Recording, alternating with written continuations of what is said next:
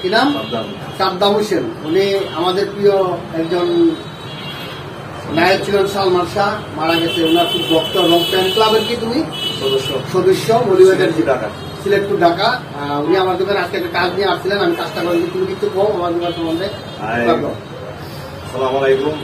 আমাদের রফিকুল ভাই ভালো মানুষ ছিলেন, আর অন্যান্য মানুষের কাছে শুনছিলেন ভালো মানুষ। আজকে এই কাজটা অনেক দোকানে গেছি, আমার এবার কাজটা পারতো না, ওনার কাছে গেছি।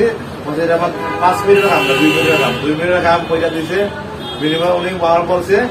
তোমার মনে ছিল টাকা দাও না আসলে দিলা। অন্য দোকানে গেছি, আমার কাছে পয়সা এত টাকা লাগবে, এত টাকা লাগবে। তোমার কাছে শুনে বলছে 2 মিনিটের কাম, এটা পয়সা দিয়ে দেবো। উনি আলহামদুলিল্লাহ আমার কাজ কমপ্লিট হয়ে গেছে। আর আজকে ছোট্টবেলা আছে উনি আমার মধ্যে সালমান শাহ ভক্ত।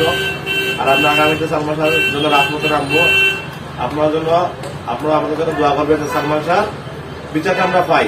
সালমান শাহ যে অপমৃত্যুর বিচার আপনার যখন রায় হয়েছে, তারা হত্যা করে যে আমরা এই বিচারের জন্য পাই। আগামীতে আমরা রাজপথে নামবো সবাই। সব সিলেটবাসীকে বলতে আছি, যারা বাংলাদেশের প্রথম সবাইকে বলতে আছি, আপনারা আমার সাথে হেড হবেন।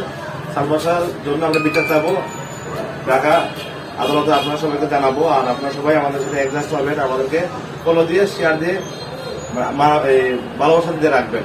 কতটুকু বক্তব্য রাখবেন, আমার বাইক আসবেন। খুবই একটা ভালো মনের মানুষ নিয়ে হবে। সালাম আলাইকুম। ধন্যবাদ। আসলে উনি